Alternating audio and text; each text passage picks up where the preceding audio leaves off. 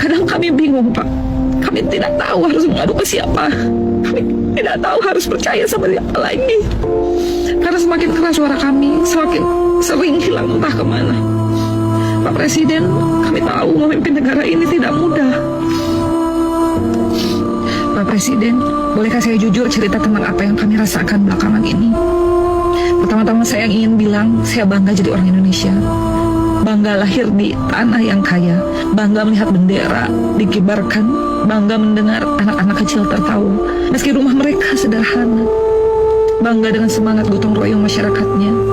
Tapi Pak, rasa bangga itu sekarang bercampur dengan cemas. Saya jujur, saya bukan orang yang paham politik. Saya tidak mengerti soal ekonomi negara. Saya hanya rakyat biasa. Hidup sederhana, baca berita dari HP, mencoba bertahan.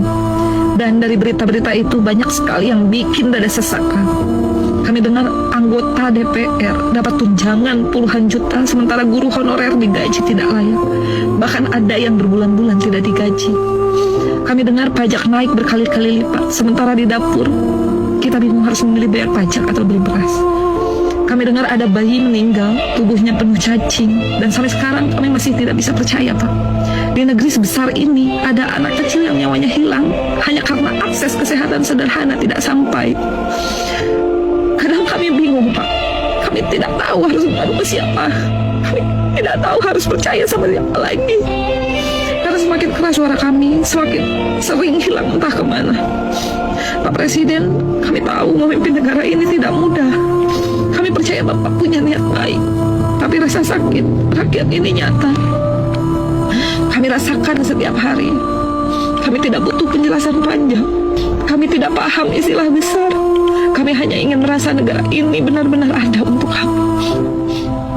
Bahwa ketika kami lelah, kami tidak ditinggalkan. Pak Presiden, saya tetap bangga jadi rakyat Indonesia. Tapi saya takut suatu hari rasa bangga ini hilang, berganti jadi rasa asing di negeri sendiri. Saya tidak datang untuk marah, Pak. Saya hanya ingin bilang, tolong jangan biarkan rakyat merasa sendirian. Buatlah keputusan-keputusan sederhana yang membuat kami merasa dijaga. Indonesia ini rumah kita, dan rumah ini sedang banyak kebocorannya. Kalau bukan Bapak yang memperbaiki, siapa lagi? Saya bangga, Pak, jadi orang Indonesia. Tapi izinkan kami juga benar-benar merasa aman tinggal di sini.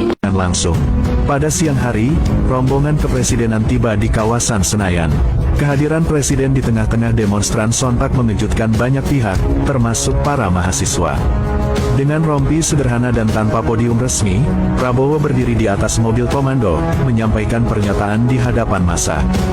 Dalam pidatonya, Presiden menegaskan bahwa suara mahasiswa dan rakyat akan didengar.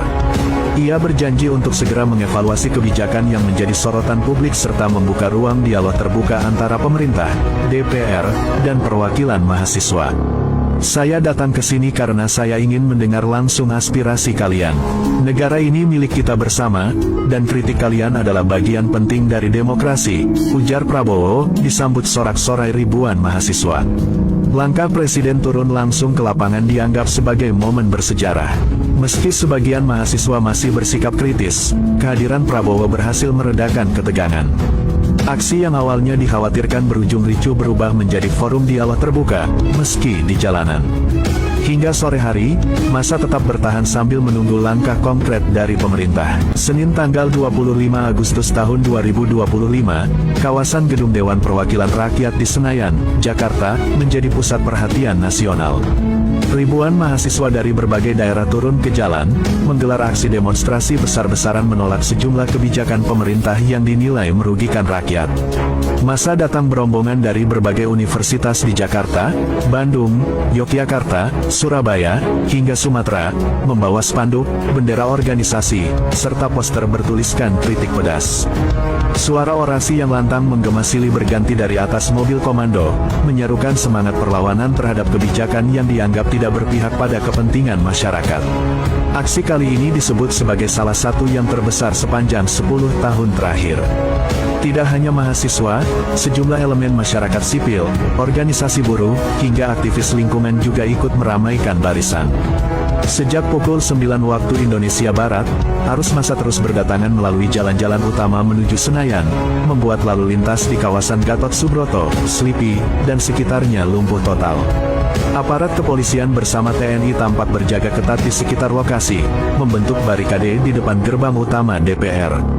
Isu utama yang diangkat mahasiswa adalah penolakan terhadap kebijakan ekonomi terbaru pemerintah yang dianggap memperburuk nasib rakyat kecil, serta kebijakan pengelolaan sumber daya alam yang dinilai terlalu berpihak pada kepentingan investor asing.